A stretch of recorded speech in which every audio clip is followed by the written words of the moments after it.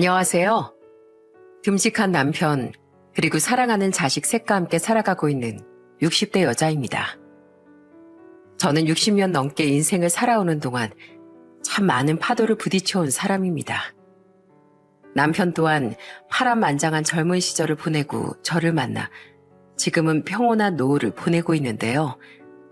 남편과 동반자로 함께 살아오면서 가장 기억에 남는 게 있느냐고 물으신다면 저는 딱 한 가지를 꼽을 수 있을 것 같습니다. 바로 저희 조카와 관련된 것인데요. 오늘은 여러분들에게 세상 단 하나밖에 없는 아주 소중한, 이제는 없으면 안 될 조카와 있었던 아주 특별한 이야기를 들려드리고자 합니다. 그럼 지금부터 천천히 이야기를 시작해 보겠습니다. 일남 일녀 중 장녀로 태어난 전 부모님의 사랑을 듬뿍 받으며 행복하게 성장했어요. 저희 남매와 어머니밖에 모르는 사랑꾼이었던 아버지와 아버지 주변 사람들이라면 모두 인정하는 자타공인 현모양처라고 불렸던 어머니. 남아 선호 사상의 색깔이 굉장히 짙었던 시대였지만 부모님께선 저희 남매를 조금도 차별하지 않고 동등하게 사랑을 나눠주며 온실 속에서 화초를 돌보듯 그렇게 키우셨고 저보다 2살이 어렸던 동생도 저를 잘 따라줬습니다. 남들이 가장 부러워하는 가족, 4식구가 서로 뭉쳐있으면 몇십억 부자도 부럽지 않을 정도로 행복했어요. 이렇게 따뜻한 온기로만 가득 채워졌던 저희 가족에게 뜻하지 않은 불행이 찾아오게 된 건 다름 아닌 저의 10살 생일날이었습니다. 그날은 제 생일이기도 했고 마침 주말이기도 했기에 가족들끼리 차를 타고서 근처로 나들이를 가던 중이었어요. 우리 순이 뭐 먹고 싶은 거 있어? 말만 해. 오늘이 아빠가 다 사줄게. 우와, 정말? 그럼 나 오늘 돈가스 먹을래. 그래, 우리 순이가 좋아하는 돈가스 먹으러 가자. 그리고 저녁엔 케이크 사서 생일 축하 노래도 부르고 소원도 빌자. 사랑하는 우리 딸내미 생일이니까. 늘상 돌아오는 제 생일이었지만 그날은 유독 좀 들뜬 기분이 들더라고요. 가만히 앉아만 있어도 절로 콧노래가 나올 정도로 말이죠. 그렇게 즐거운 대화를 나누던 그 순간 커다란 굉음과 함께 차가 뒤집혔고 저는 온몸에 통증을 느끼면서 그대로 정신을 잃어버리고 말았습니다. 그렇게 눈을 떴을 땐 하얀 천장이 있는 병원이었어요. 대체 어떻게 된 일이지 싶어 고개를 돌려보니 저 멀리서 이모와 외삼촌이 울고 있었고 그 옆엔 고모가 주저앉아 대성통곡을 하고 있더군요. 알고 보니 저희 가족은 교통사고가 난 거였고 부모님께선 사고의 충격으로 그 자리에서 세상을 떠나셨으며 저와 동생은 목숨을 건져 이렇게 병원으로 오게 된 것이었죠. 부모님이 돌아가셨다는 소식을 들은 저는 아무런 생각도 하지 못했습니다. 현실 감각이 없었다는 말이 더 맞을지도 모르겠네요. 영정사진 속 환하게 웃는 두 분의 모습을 보는데 정말 꿈을 꾸고 있는 것만 같았어요. 어린 남동생도 제 손을 꼭 잡으며 눈물조차 흘리지 않고 멀뚱멀뚱 부모님의 사진만 쳐다보고 있을 뿐이었죠. 그리고 장례가 끝난 후 힘없이 걸어가고 있었던 저희 남매에게 이모가 다가와 이렇게 말씀하셨습니다. 순이야, 순호야, 이제부터 네 이모랑 같이 살자. 이모가 너희 끝까지 책임져 줄게. 끝까지 책임져 주겠다는 말이 마음에 확 들어오더라고요. 사실 장례를 치르는 내내 저희 남매를 향해 안타깝다, 불쌍하다는 말만 할 뿐 그 누구도 먼저 손을 내밀어 주지 않았거든요. 고작 10살, 8살 난 어린 남매가 어른도 없이 둘이서 산다는 건 어떻게 보면 말이 안 되는 일이었기에 보육원이라도 가야 하는 걸까 생각했는데 이모가 먼저 손을 내밀어 주셨기에 저희 남매는 아무 말 없이 조용히 이모를 따라갔습니다. 이모는 작은 집에서 힘겹게 공장 일을 하며 결혼도 하지 않은 채 혼자 살아가시던 분이셨어요. 그리 넉넉지 않은 상황에서도 저희를 걷어주셨고 한창 성장기에 접어든 저희 남매를 위해 시장에서 장을 봐오시며 온갖 맛있는 것들을 가득 먹여주려고 하셨고 어딜 가도 기죽으면 안 된다며 옷과 가방을 새로 사주시기도 했죠. 그리고 어느 날은 제게 이렇게 물어보시더군요. 내가 너희를 왜 데리고 왔는지 안 궁금해? 한 번도 안 물어보는 것 같아서. 궁금하죠. 그런데 다 이유가 있을 거라고 생각했어요. 엄마가 그러셨거든요. 누군가 말을 하고 행동할 땐 그만한 이유가 있어서 그러는 거라고. 우리 언니가 딸내미 하나 아주 야무지게 키워놨네. 맞아, 이유가 있었어. 그 이유가 뭔 줄 알아? 니네가 우리 언니 자식들이라서야. 우리 언니랑 형부가 세상에 남겨두고 간 유일한 흔적이잖아. 오빠는 아주 멀리 떨어진 곳에 살고 있고 또 하루 24시간도 모자란 사람이니까 당연히 너를 데려갈 수 없을 거라 생각했고 사돈께서도 형편이 여의치 않다는 얘기를 들은 적이 있어서 내가 데리고 가지 않으면 너흰 꼼짝없이 보육원 같은 곳으로 가게 될 텐데 그 꼴을 눈뜨고 보고 싶진 않았어. 그래서 이모가 데리고 온 거야. 생각보다 별거 없지? 어쨌든 저희를 제일 먼저 생각해 주신 거잖아요. 저희한텐 이모가 은인이나 다름없는 건데 어떻게 그게 별거 아닐 수가 있겠어요. 감사해요, 이모. 집은 좀 좁지만 그래도 같은 피가 흐르는 가족이랑 사는 거하고 생판 모르는 남들 틈에 섞여 사는 건 천지 차이니까. 나도 고마워. 내 말도 잘 들어주고 내가 해주는 밥도 잘 먹어주고 아픈 곳 하나 없이 잘 지내줘서 앞으로도 지금처럼 우리 잘 살아보자. 이모는 저희 남매 끔찍이도 챙겨주셨습니다. 마치 친자식처럼 말이죠. 그리고 제 생일과 부모님의 기일을 동시에 챙겨주시곤 했어요. 생일날 자정이 되면 꼭 작은 케이크에 촛불을 불어주시며 생일 축하한다는 말과 함께 이렇게 말해주셨습니다. 생일은 생일이고 기일은 기일이잖아. 기쁜 건 기쁜 대로, 슬픈 건 슬픈 대로 생일이 부모님 기일이라고 계속 생각하면서 네가 제일 축하받아야 될 날을 계속 지나쳐버리게 되면 하늘에 있는 우리 언니랑 형부도 엄청 슬퍼할 거야. 그러니까 오늘은 내가 태어난 날이라는 것만 생각하고 마음껏 축하받아. 앞으로 평생 옆에서 이 이모가 축하해줄게. 태어나줘서 고마워. 예쁜 내 조카. 어린 나이에 저희 남매는 고아라는 꼬리표를 달아버리게 됐지만 그래도 온전히 저희를 사랑해주고 품어준 이모 덕분에 그 흔한 사춘기 한번 겪지 않고서 저희 남매는 건강하게 성장할 수 있었어요. 그리고 제가 딱 20살이 되던 초겨울쯤 하늘은 홀로 남은 저희를 따뜻하게 품어준 이모마저 데리고 가버렸습니다. 이모의 사고 소식을 듣던 그날은 정말 하늘이 우르르 무너져 내리는 것 같았죠. 이모, 나랑 순호 끝까지 책임져 준다면서 지켜준다고 했잖아. 평생 옆에서 생일 축하도 해주고 우리랑 같이 잘 살겠다며. 근데 이렇게 갑자기 가버리는 게 어딨어. 이건 아닌 거잖아. 자라는 동안 이모에게 사랑만 받고 아직까지 돌려드린 건 하나도 없는데 이렇게 호련히 떠나버린 이모가 참 많이 미웠고 그런 기회조차 주지 않고 이모를 데려간 하늘이 원망스럽더군요. 저희의 보호자였던 이모가 돌아가시고 난 후 저는 동생을 위해 곧바로 생계전선에 뛰어들었습니다. 낮이고 밤이고 구별 없이 오직 동생을 먹여 살리겠다는 일념 하나로 정말 열심히 일했어요. 가끔은 정말 미친 듯이 피곤해서 걸어가면서도 저절로 눈이 감기는 날도 있었고 또 코피가 쏟아지는 날도 있었습니다. 동생은 매일같이 피곤해하는 저를 보며 미안하다고 말을 하더라고요. 미안해 누나. 내가 없었으면 누나가 이렇게까지 고생하는 일도 없었을 텐데. 누나가 고생하는 거 알면 미안하다가 아니라 고맙다고 해야 하는 거 맞는 거 아니야? 내가 살면서 제일 듣기 싫어하는 말 중 하나가 미안하다야. 누나가 누구 때문에 살고 있는지 뻔히 보고서도 그런 말이 나와? 미안하면 절대 사고 같은 거 치고 다니지 말고 앞으로 더 열심히 공부해. 그게 이 누나한테 은혜 갚는 거야. 동생은 그런 제 말에 자극이라도 받은 듯 정말 열심히 공부했습니다. 사실 제 동생이라서가 아니라 세상 어딜 뒤져봐도 저희 순호만큼 착하고 바른 동생은 없을 거예요. 아, 이 말을 쓰고 보니까 너무 동생 자랑을 하는 것 같다는 생각이 드네요. 하지만 이렇게 자랑을 하고 싶을 정도로 동생은 듬직하고 성실하게 잘 자라 좋은 대학까지 들어가게 됐답니다. 동생이 대학에 입학하던 날 동생과 함께 부모님이 잠들어 계시는 산소로 찾아가 저를 2번 올리고 술을 1번 뿌려드린 뒤 이렇게 말했습니다. 엄마, 아빠, 하늘에서 우리 크는 거 잘 지켜봤지? 순호가 벌써 20살이 돼서 대학에 들어갔어. 예전엔 나보다 키도 작고 덩치도 작았는데 이젠 나보다 머리 하나가 더 있다.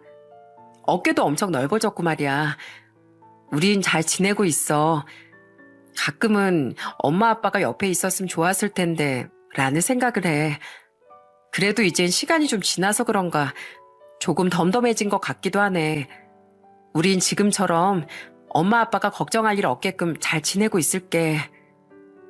그리고 이모가 계시는 산소에도 찾아가 인사를 드렸어요. 부모님 산소에선 그렇게 쉴 새 없이 얘기를 했는데 정작 이모의 묘 앞에서니 할 말이 없더라고요. 저와 동생은 긴 말 대신 이모의 비석 옆에 조용히 머리를 기대고서 조용히 속삭였습니다. 이모, 오늘 우리 순호 대학 들어갔어. 같이 있었으면 누구보다 좋아했을 텐데 아쉽다. 거기서 엄마랑 아빠 만났을 테니까 잘 지내고 있어. 먼 미래에 우리 꼭 다시 만나서 못다한 얘기들 많이 나누자. 사랑해 이모. 그 후 동생은 대학 생활을 위해 독립을 하게 됐고 동생이 독립하게 되자 저도 겨우 한숨 돌리며 제 삶에 조금 더 집중을 할 수 있었습니다. 인생의 가장 큰 목표 중 하나를 달성한 느낌이라 그나마 마음이 좀 편안해지더군요. 그리고 그 시기에 저는 지인의 소개를 통해 지금의 남편을 만나게 됐습니다. 처음엔 내가 누군가의 삶의 일부가 되어도 될까 하는 생각을 했었어요. 당장 제 생활이 크게 여유롭지 않았고 또 누군가에게 마음을 내어준 적도 없었기에 친한 지인을 통해 사람을 소개받는다는 것 자체가 걱정이 됐죠. 그런데 처음 만난 남편과 대화를 나누다 저는 깜짝 놀라고 말았습니다. 남편과 저는 자라온 환경부터 비슷한 것이 많았기 때문이었죠. 서로에 대해 알아가며 이런저런 얘기를 나누는데 남편이 제게 이런 말을 하는 겁니다. 저한텐 나이 차이가 조금 있는 형이 한 명 있어요. 어디다 내놔도 부끄럽지 않은 세상에서 가장 자랑스러운. 남들은 신기하더라고요.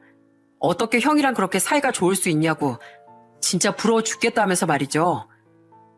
와, 성태 씨도 형이 있어요? 저한텐 2살 차이 나는 동생이 한 명 있어요. 제 친구들도 그러더라고요. 어떻게 동생이랑 그렇게 사이좋게 지낼 수가 있냐고. 성태 씨는 형이랑 그렇게 각별해진 이유가 있어요? 사실 전 부모님이 안 계세요. 어머니는 11살 때 병으로 돌아가셨고 아버진 어머니가 돌아가신 뒤로 일도 안 하시고 집에서 하염없이 눈물만 흘리시면서 술을 드시고 형이랑 저한테 하루가 멀다 하고 주정을 부리기만 하셨어요. 그때 형 나이가 17이었는데 집에 돈을 벌어올 사람이 없으니까 생계를 위해 그 어린 나이에 형 혼자 공장 일하면서 가장 역할을 하기 시작했죠. 각별해질 수밖에 없었겠네요. 그 어린 나이에 가장 역할이라니. 형은 벌어온 돈으로 저한테 모든 걸 해줬어요. 지금 와서 생각해보면 자기도 분명 학교를 다니고 싶었을 거고 공부를 하고 싶었을 텐데 가족을 위해 너무 많은 걸 포기한 게 아닌가 싶어서 너무 미안하고 그래요. 성태 씨도 솔직하게 털어놨으니까 저도 솔직하게 말할게요. 저도 실은 부모님이 안 계세요. 제 10번째 생일날 사고로 돌아가셨거든요. 부모님이 돌아가시고 나서 이모가 저희 남매를 걷어 키워주셨는데 이모마저 20살이 되던 해 사고가 나서 돌아가셨어요. 그래서 동생이 대학에 들어갈 때까지 제가 정말 최선을 다해 돌봤죠. 그러다 보니까 동생이랑 절로 애틋해질 수밖에 없더라고요. 성태 씨랑 저랑 다른 듯 비슷한 삶을 살아온 것 같다는 생각이 드네요. 부모의 빈자리는 겪어본 사람만이 안다고 하죠. 그런 부분에서 남편과 전 서로가 겪어왔던 아픔과 슬픔들을 너무나도 잘 알았고 딱히 말을 하지 않아도 얼마나 힘들었는지 서로의 상황을 이해했기에 그런 부분들을 말없이 보듬어가면서 예쁘게 만날 수 있었습니다. 20대 남편을 만나 30대 초반이 될 때까지 연애를 하다 평생을 함께하기로 약속을 하게 됐죠. 서로가 서로를 가장 잘 알았고 가장 잘 이해했기에 이 사람과 함께라면 살아가는 동안 아무런 걱정이 없을 것 같다는 생각이 들었죠. 저희는 결혼식에 대한 로망이 없었기에 가족들만 불러서 인사를 하고 식사 자리를 가지는 것만으로 결혼식을 대신하기로 했어요. 연애를 하는 동안 시숙님을 한 번도 만나뵌 적이 없었기에 굉장히 떨리더라고요. 게다가 결혼까지 하셔서 형님도 같이 나오실 거라는 말에 심장이 입 밖으로 떨어져 나올 것만 같았죠. 시숙님은 좋은 사람이라는 걸 알고 있으니 형님까지도 좋은 사람이길 속으로 조용히 빌었습니다. 그렇게 고급 식당에 양가 식구들이 모두 모이고 나름 어색한 분위기에서 식사를 시작했어요. 약간 낯을 가리는 성격이던 저는 시숙님께 무슨 말을 꺼내야 할까, 형님한테 또 어떻게 말을 붙여야 할까 속으로 계속해서 고민하고 있던 순간 형님이 제게 먼저 말을 붙였습니다. 이제 우리 가족 될 거고 나이도 내가 더 많고 어차피 내 아랫사람이니까 말 편하게 해도 되지? 지금부턴 편하게 동서라고 부를게. 네, 편하게 불러주세요, 형님. 근데 동서, 내가 여기 오기 전부터 궁금한 게 하나 있었는데 왜 결혼식을 안 하려고 하는 거야? 결혼식은 생애 한 번밖에 없는 건데 웨딩드레스에 대한 로망 같은 것도 없어? 네, 솔직히 전 딱히 결혼식에 대한 생각도 없었고 또 웨딩드레스 욕심이니 로망 같은 거 없어요. 그리고 무엇보다 제가 부모님이 안 계시거든요. 부를 만한 하객들도 몇 없고 해서 그냥 그럴 바엔 차라리 식구들끼리 모여서 조촐하게 식사나 하고 끝내자 싶었어요. 남편도 그 부분에 동의해줬고요. 뭐? 부모님이 안 계신다고? 아휴, 역시 사람은 자기랑 비슷한 사람한테 끌린다는데 그 말이 틀린 줄 알고 살았더니 꼭 그런 것만도 아니네. 네? 뭐라고요, 형님? 잘 안 들려요. 다시 한번 큰 소리로 말씀해 주시겠어요? 아니야. 그런 사연이 있었는 줄 몰랐네, 동서. 난 또 뭐 특별한 이유가 있나 싶었는데 현명하게 선택 잘했네. 아우, 배고프다. 난 밥이나 먹어야겠다. 여러분, 혹시 그런 느낌 아시나요? 욕을 하지도 않았고 별다른 제스처를 취하지도 않았는데 묘하게 기분이 나쁜 것 말입니다. 제게 형님은 그런 사람이었어요. 시숙님은 불쾌한 아우라를 뿜는 형님과는 다르게 참 선한 인상을 가진 분이셨고 식사를 하고 나가는 길에 저를 따로 불러 하얀 봉투 하나를 쥐어주며 이렇게 말씀하시더군요. 우리 성태랑 결혼해줘서 정말 고마워요. 내가 어릴 때부터 성태를 돌봤어서 그런가 꼭 동생이 아니라 아들 장가 보내는 것 같은 기분이 드네. 이건 내가 주는 작은 결혼 선물이에요. 아니에요. 안 주셔도 돼요. 정말 괜찮아요.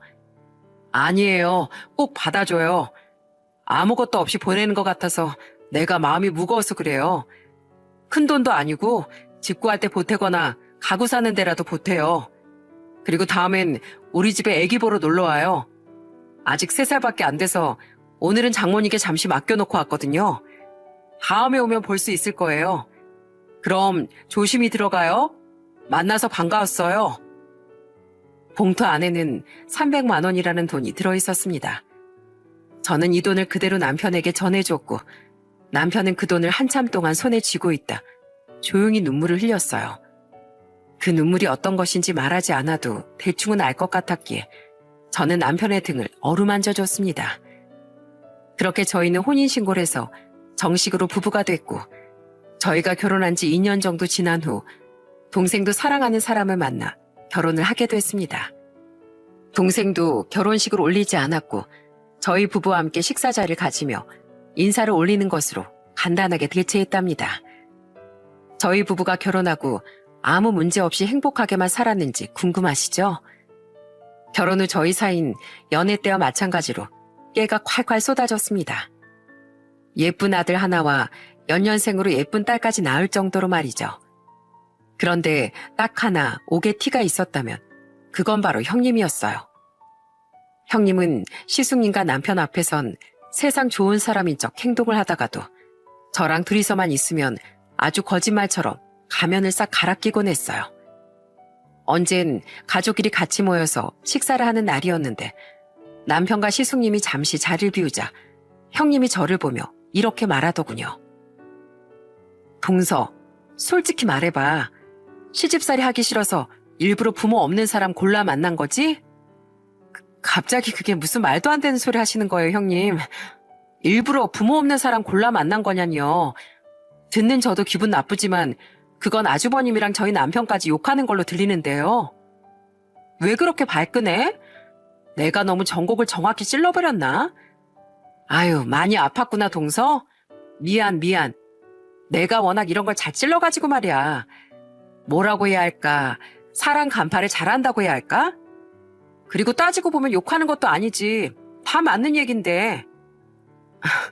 그렇게 말씀하시는 거 보니까 형님이 그렇게 생각해서 결혼하신 것 같은데요. 시집살인 하기 싫고 남자랑 결혼을 하고 싶고 그래서 그중에 제일 나아 보이는 아주버님이랑 결혼하신 거 아니에요? 동서, 부모님이 안 계신다고 그랬었지? 어차피 부모님 안 계시면 가정교육도 제대로 못 받았을 테니까 이참에 내가 가르쳐 줄게. 똥물에도 위아래가 있는 법이라고.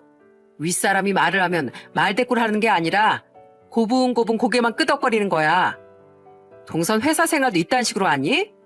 직장 상사가 말하면 눈 똑바로 치켜뜨면서 달려들고 말대답하고? 적어도 할 말을 하고 살아야 직성이 풀리는 타입이라서요. 형님, 이제 그만 적당히 하시죠. 저랑 계속해서 싸울 이유는 없는 것 같은데. 그리고 그런 말은 농담이라도 하지 마세요. 정말 머리부터 발끝까지 소름 끼치게 기분 나쁘니까요. 그렇게 저와 표정을 굳혀가면서 싸우다가도 남편과 시숙님이 들어오면 금세 웃는 얼굴을 장착하는 모습이 너무나도 소름이 끼쳤습니다. 어느 날은 아이들을 데리고 시숙님 집에 놀러 갔는데 조카가 마침 밥을 먹고 있더라고요. 그런데 뭔가 좀 이상했습니다. 조카는 먹기 싫은 듯 입 주변에 음식을 죄다 묻혀놨는데 형님은 그걸 아는 건지 모르는 건지 계속해서 억지로 조카 입에 숟가락을 밀어 넣으려고 하더군요. 보다 못한 제가 형님을 말리며 이렇게 말했습니다. 형님, 딱 봐도 밥 먹기 싫어하는 것 같은데 억지로 밀어 넣으시면 어떡해요. 입에 들어가는 것보다 지금 입가며 바닥이며 흘리는 음식이 반이잖아요. 요새 반찬 투정 같은 것도 생기고 해서 내가 교육시키는 중이었어. 알지도 못하면서 참견 좀 하지 마. 아직 어리잖아요. 반찬 투정 같은 거 좀 할 수도 있는 거죠. 어른들도 좋아하는 음식, 싫어하는 음식이 있는 것처럼 애들한테도 입에 맞는 게 있고 또 안 맞는 게 있어요. 형님은 싫어하는 음식 계속 입에 밀어 넣으면 못 이기는 척 드실 수 있어요? 뱉으실 거잖아요. 안 그래요? 내 새끼는 내가 알아서 한다니까. 애들이 밥을 안 먹으면 이것저것 만들어서 조금씩 먹여보세요. 저희 애들도 그런 식으로 하고 있어요. 도움이 안 되는 것 같아도 은근 효과 있어서 말씀드리는 거니까 참견하네, 훈수두네 그런 식으로 말씀하지 마시고 사람이 진심을 담아서 말하면 듣는 척이라도 좀 해주세요. 형님은 시간이 흐르면 흐를수록 저를 더 마음에 안 들어하기 시작했습니다. 하긴 싫어할 법도 했습니다. 윗사람이라는 걸 강조하면서 찍어 누르고 싶어 하는데 절대 꺾이지도 눌리지도 않고 되려 야무지고 똑부러지게 말을 하니 싫을 수밖에 없지 않겠어요? 그래도 형님을 빼놓고 보면 시숙님은 참 좋은 사람이었고 따뜻한 사람이었기에 자주 만나서 맛있는 것도 먹고 같이 대화도 나누며 시간을 보낼 수 있었답니다. 그리고 제가 결혼을 한 지 5년이라는 시간이 흘렀을 무렵 저희 가족에게 청천벽력 같은 소식이 들려왔어요. 남편의 정신적 지주이자 버팀목이 되어주셨던 시숙님이 뺑소니 사고로 인해 세상을 떠나게 됐다는 것이었죠. 연락을 받고 아이들을 챙긴 뒤 급히 달려간 장례식장엔 멍한 표정으로 앉아있는 형님과 울먹거리고 있는 조카 승철이가 있었어요. 작은 엄마, 작은 아빠, 징징거리는 소리 내지 마. 듣기 싫으니까. 저희 부부는 형님의 호통에 너무 놀라 승철이를 끌어안았고 형님은 저희를 한번 쳐다보다 이내 말없이 고개를 돌렸습니다. 형님은 장례를 치르는 내내 이상한 소리를 했습니다. 찾아오는 지인들이 위로의 말로 이제 혼자서 애를 어떻게 키우냐, 많이 힘들겠다 이렇게 말을 하고 돌아서면 그 뒤에다 대고 내가 애를 왜 혼자 키우냐, 누구 팔자 말아먹으려고 뭐 이런 식으로 혼자 중얼거리는 겁니다. 그 소리가 얼마나 기분이 나쁘던지 온몸에 닭살이 쫙 돋을 정도였어요. 그리고 그 말이 이상하게 마음에 걸려 결국 저는 모든 조문객들이 다 빠졌을 무렵쯤 형님에게 이렇게 물었어요. 형님, 저 아까 혼잣말로 내가 왜 애를 혼자 키워? 누구 팔자 말아먹을 일 있어? 이렇게 중얼거리시는 거 다 들었어요. 그게 무슨 의미예요? 이제 혼잣말도 였던네. 그래, 이왕 들었으니까 말할게. 나 승철이 혼자 못 키워. 동서도 여자니까 알지? 애 아빠 없이 엄마 혼자 키우는 게 얼마나 힘든 건지. 그리고 애 혼자 키우면 사람들이 보내는 시선까지도. 나는 그런 어줍지 않은 동정이나 기분 나쁜 시선들, 편견들 다 견뎌가면서 살고 싶지 않아. 뭐라고요? 어떻게 엄마가 돼서 그런 말을 할 수가 있어요? 저는 형님의 말을 듣고 큰 충격에 빠졌습니다. 조카에게 상처를 안겨주려는 형님의 태도에 화가 치밀어 올랐거든요. 두 얼굴을 가진 사람이라는 건 알고 있었지만 사람이 어쩜 이렇게까지 뻔뻔할 수가 있는지. 그렇지만 장례식장에서 고성을 지르는 것도 예의가 아니고 또 승철이까지 다 듣고 있지 않을까 싶은 생각에 저는 형님에게 이렇게 말했습니다. 혼자 안 키우시면 어떡하실 건데요? 고아원으로 보내기라도 하시게요?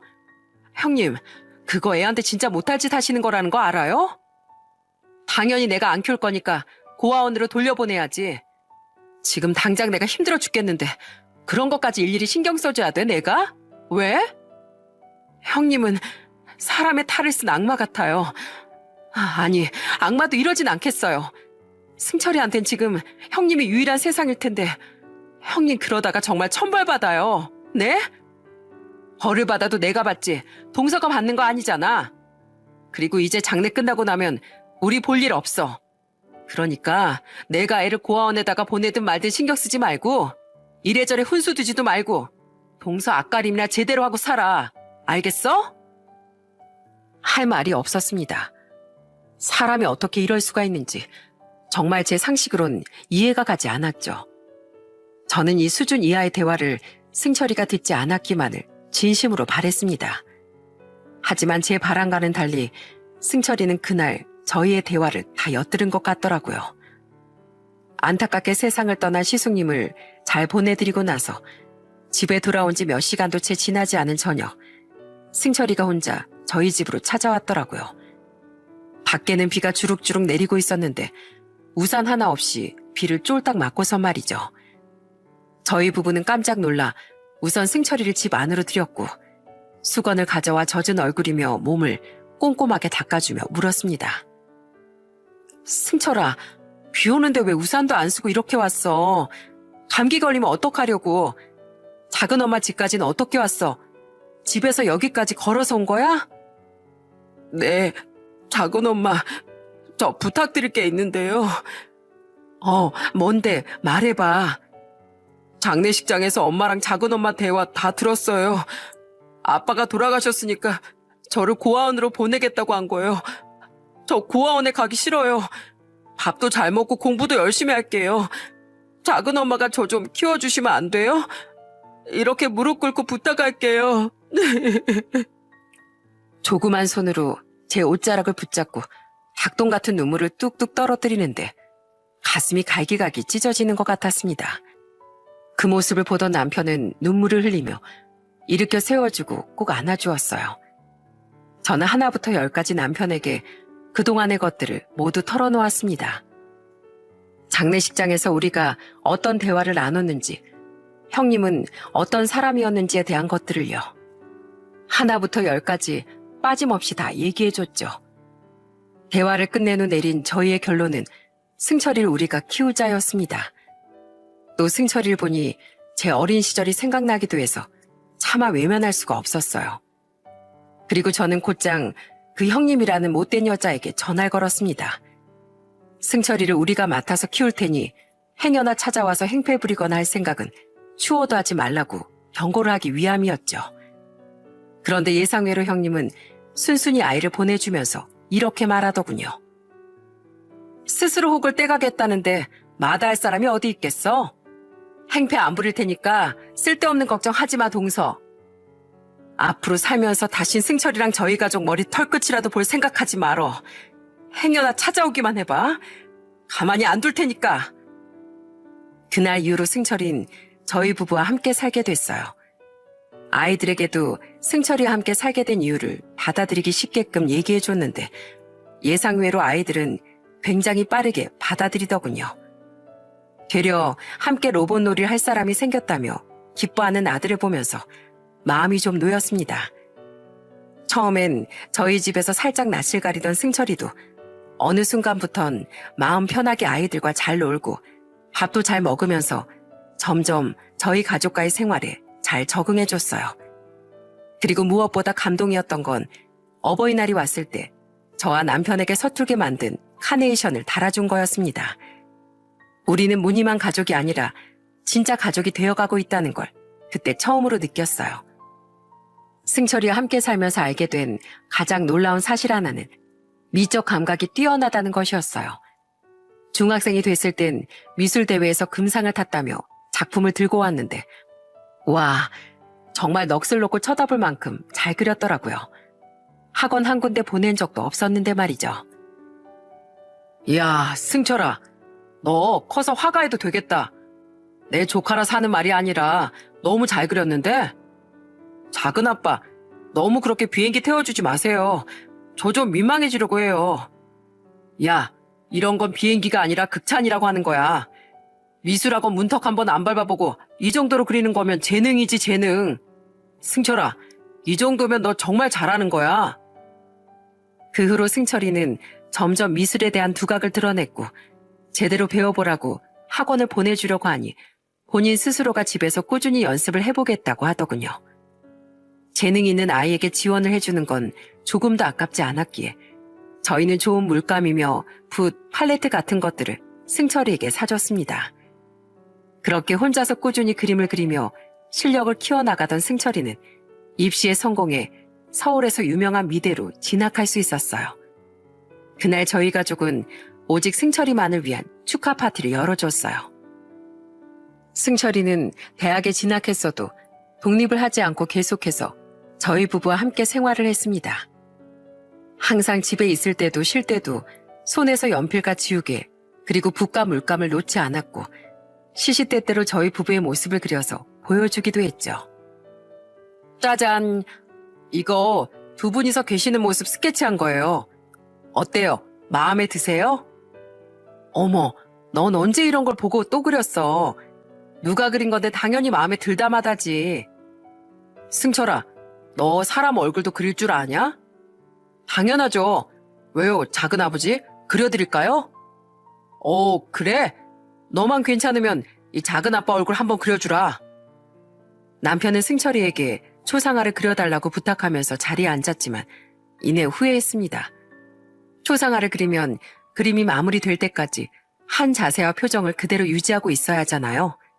남편은 그걸 정말 힘들어하더라고요. 아주 진땀까지 뻘뻘 흘리고 몸을 부들부들 떨기까지 하는데 그 모습이 얼마나 웃기던지. 아유, 야, 이거 보통 일이 아니네. 초상화 그리는 사람들 어떻게 한 자세 그대로 앉아있는 거야? 아유, 허리야. 움직이시면 안 돼요. 그 자세 그대로 가만히 계세요. 그동안 서로의 가슴 속에 상처가 많았으니까 앞으로는 이렇게 작은 일에도 하하호호하며 웃을 수 있는 날들만 가득하길 진심으로 빌었습니다. 그렇게 아무 탈 없이 10여 년이라는 세월이 흘러 어느덧 저희 부부의 나이도 60대 중후반의 나이에 접어들었을 무렵 남편에게 찾아온 변화는 평온했던 저희 가족에게 또 다른 불행을 안겨줬습니다. 원래 남편은 기억력 하나는 참 좋았던 사람이었는데 어느 순간부턴가 계속 뭔가를 까먹기 시작하더니 했던 말을 계속해서 반복하는 겁니다. 나이를 먹으며 몸도 그렇지만 뇌도 예전 같지 않으니 그럴 수도 있겠다 하고 대수롭지 않게 여겼어요. 그런데 어느 날 함께 외출을 하고 문을 열려고 하는데 한참을 문 앞에 멍하니 서 있기만 하더라고요. 당신 비밀번호 안 누르고 뭐해? 여보, 우리 집 비밀번호가 뭐였지? 뭐? 아유, 당신 지금 장난치는 거지? 우리 지금 같은 비밀번호 10년째 쓰고 있는데 농담이 좀 지나친 거 아니요? 아니야 여보. 농담이 아니라 하나도 기억이 안 나. 남편의 반응을 보고 저는 심장이 차갑게 식는 듯한 느낌을 받았습니다. 사소한 것들을 까먹는 것 정도야 충분히 그럴 수 있다고 생각하는데 집 비밀번호를 잊은 데다 당황스러워하기까지 하니 예산일이 아니구나 싶었죠. 심각성을 느낀 저는 우선 남편을 데리고 병원으로 갔고 남편은 병원에서 몇 가지 간단한 검사를 받았습니다. 제발 제가 생각하고 있는 병만은 아니기를 진심으로 바랬어요. 하지만 슬픈 예감은 틀린 적이 없다는 노래말처럼 저의 불안은 적중하고 말았습니다. 남편분께선 지금 알츠하이머 초기 단계인 걸로 보입니다. 원래 이 병 자체가 진행 속도가 상당히 빠른 편에 속하는데 나중에 좀 더 심해지게 되시면 사람도 제대로 알아보지 못하고 사물을 인지할 수 있는 능력까지도 떨어지게 되실 겁니다. 우선은 약 처방해 드릴 테니까 꾸준히 복용해 주세요. 남편의 병명은 알츠하이머, 그러니까 치매 질환이라는 것이었습니다. 젊었을 때 그렇게 고생을 해서 말년엔 조금 평화롭게 지내나 싶었는데 평화로워질만 하면 시련을 안겨주는 하늘이 참으로 원망스러웠어요. 아이들과 승철이에게도 남편의 알츠하이머 소식을 전했고 그날 독립한 아이들까지 집으로 모여 저희 가족은 한참을 울었어요. 남편은 약을 계속해서 복용했지만 나날이 기억력이 흐려져 가는 게 눈에 보였어요. 내가 왜 이 물건을 가지고 있는지, 지갑은 어디에 뒀는지, 휴대폰은 어디로 갔는지 매번 손에 들고 있으면서도 찾아다니는 게 일상이 됐습니다. 승철이는 아직까지도 저희 부부와 함께 지내고 있었는데 이러고 있는 저희 남편을 볼 때마다 웃으며 이렇게 말해줬어요. 작은아버지, 지갑은 여기 있고 휴대폰은 지금 손에 들고 계시잖아요. 아, 그렇구나. 손에 들고도 찾고 있다니 이렇게 바보 같을 수가. 저도 가끔씩 손에 들고서 어디 갔지 하고 찾을 때 있어요. 사람이 살다 보면 종종 겪을 수도 있는 일이니까 너무 신경 쓰지 마세요. 대학을 졸업한 후 아마추어 화가로 활동하고 있는 승철이는 집에도 제대로 들어오지 못할 정도로 많이 바빴지만 점점 기억이 희미해져 가는 남편을 잘 챙겼습니다. 마치 친아들처럼 말이죠. 저는 그런 승철이에게 고맙기도 하고 있는 일도 바쁠 텐데 괜히 신경 쓸 일을 만들어준 것 같아 미안한 마음도 들었습니다. 그리고 어느 날이었어요. 남편과 함께 병원에 갔다가 약을 타고 돌아와 잠시 눈을 붙이려는데 승철이에게서 전화가 걸려왔더라고요. 작은어머니, 내일 혹시 시간 되세요? 내일? 뭐 별일 없긴 한데 왜 그러니? 다행이다. 그럼 내일 전시회 구경하러 오세요. 내일부터 저 작품 전시 시작하거든요. 뭐? 작품 전시? 이야, 우리 승철이 대단한데.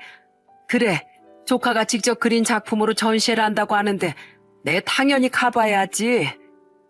작은아버지 손 꼭 잡고 두 분이서 같이 오셔야 돼요. 아셨죠? 알았다. 꽃다발 큰 거 사들고 구경하러 가마. 그렇게 다음날 남편과 함께 꽃다발을 하나를 안고서 전시회가 열리는 장소로 향했습니다.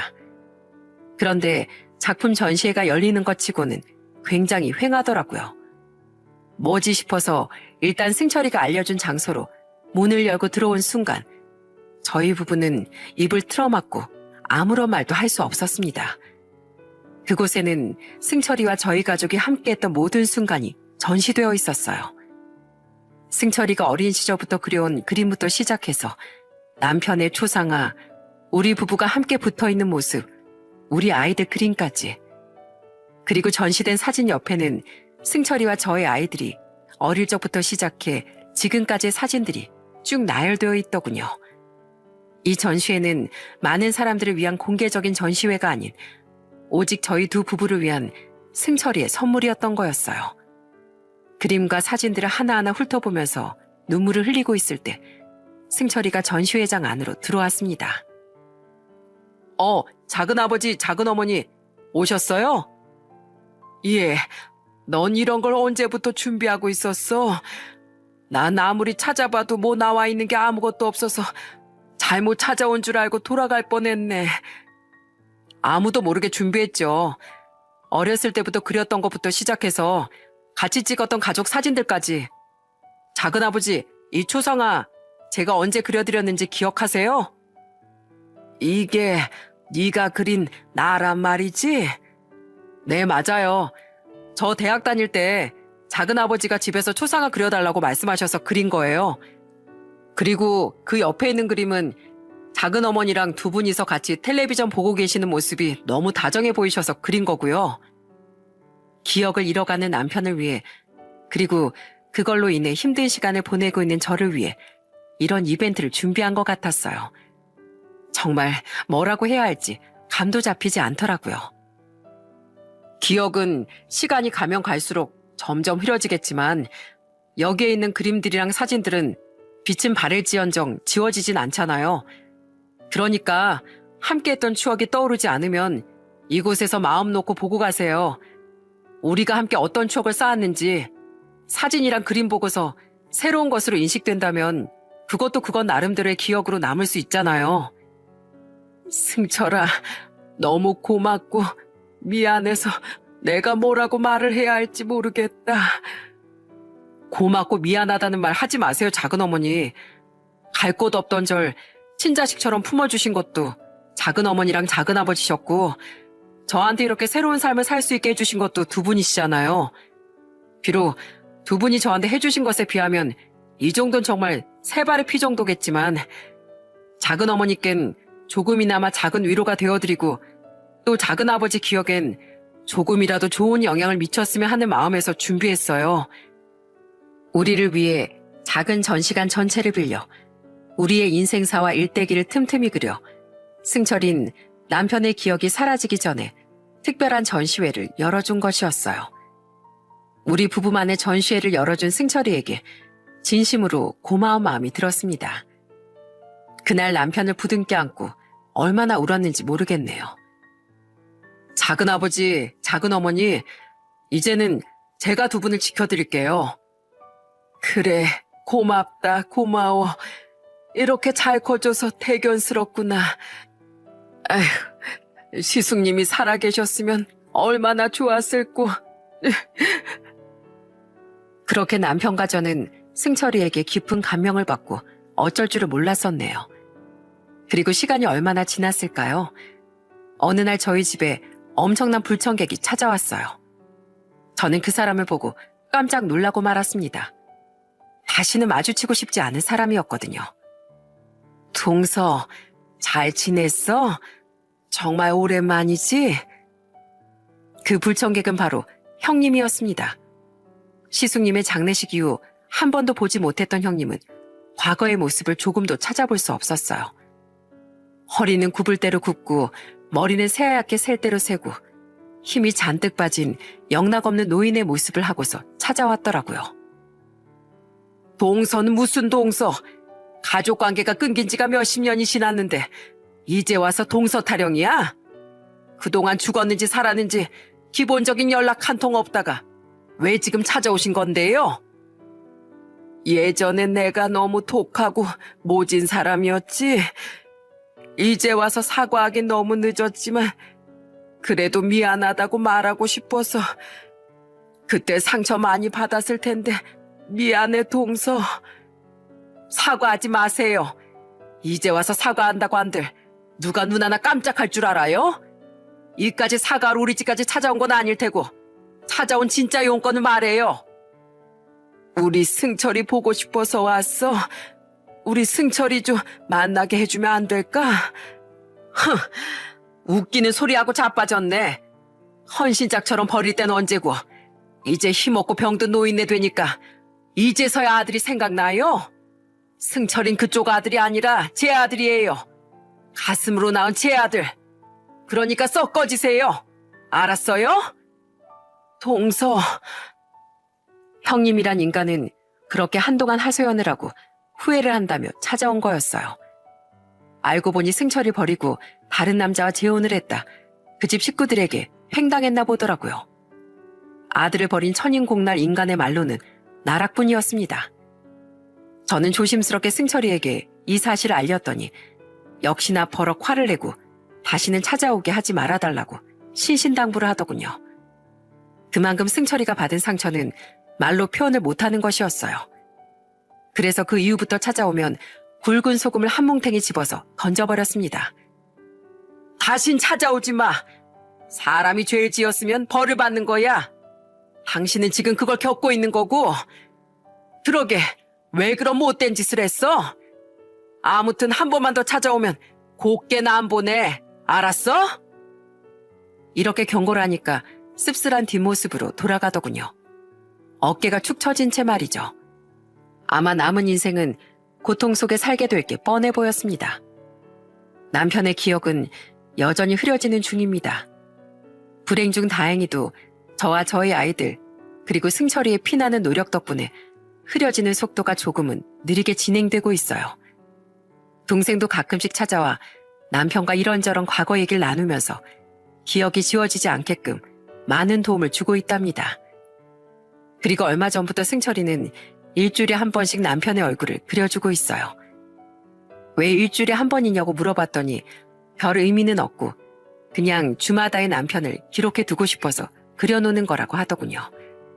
물론 남편은 모델이 되어줄 때마다 피곤해했답니다. 다 늙은 노인네를 일주일에 한 번씩 그려서 뭐해.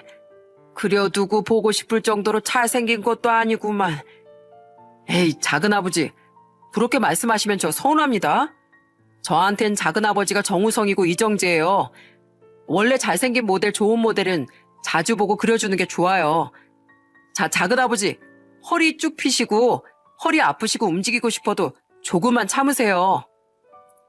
남편에게는 알츠하이머라는 나쁜 병이 찾아왔지만 그래도 저희 가족의 행복만큼은 빛이 바래지 않았습니다. 언젠가 남편은 저와 아이들, 동생과 승철이 얼굴까지 기억하지 못할 날이 반드시 찾아오겠지만 그 순간이 찾아오기 전까지 할 수 있는 한 최선을 다해 하나뿐인 조카를 죽을 때까지 마음속에 품고 지키면서 아이들과 함께 행복한 추억을 만들며 살아보려고 합니다. 저희 가족을 위해 많은 응원을 해주시면 감사하겠습니다. 승철인 현재 아주 유명한 화가는 아니지만 그래도 미술계에서 나름 인정을 받으며 승승장구하고 있어요. 대한민국에서 또 한 명의 대형 화가가 배출될 수 있도록 열심히 내조하겠습니다. 아, 그리고 아직도 우리 사회에선 삐딱선이로 시선을 보는 사람들이 있고 혹시라도 우리 승철이 과거를 알고 안 좋게 바라보는 분들이 있을까봐 승철이라는 이름은 가명으로 사용했다는 점 양해 부탁드립니다. 사연투부 작가님도 동의하셨고요. 슬픔의 유일한 치료제는 행동이라는 명언이 있습니다. 남편의 알츠하이머 선고로 인해 자칫 슬픔에 빠질 뻔한 저희에게 승철이는 정말 상상도 못할 행동으로 저희 부부에게 행복을 안겨다 줬어요. 저희가 지금 이렇게 웃음을 잃지 않고 최대한 긍정적인 생각만 하면서 살아가는 것엔 승철이의 영향이 아주 크다고 생각합니다. 그러니 이 사연을 보시는 분들께서도 혹여 슬픈 일이 있으시다면 우선 행복해지기 위해 어떠한 행동을 해보시길 바랍니다. 그럼 얼마의 시간이 걸리더라도 기쁨이 반드시 찾아오게 될 거예요. 저의 사연은 여기까지입니다. 무더운 여름 다들 건강 주의하고 행복하시기만을 바랍니다.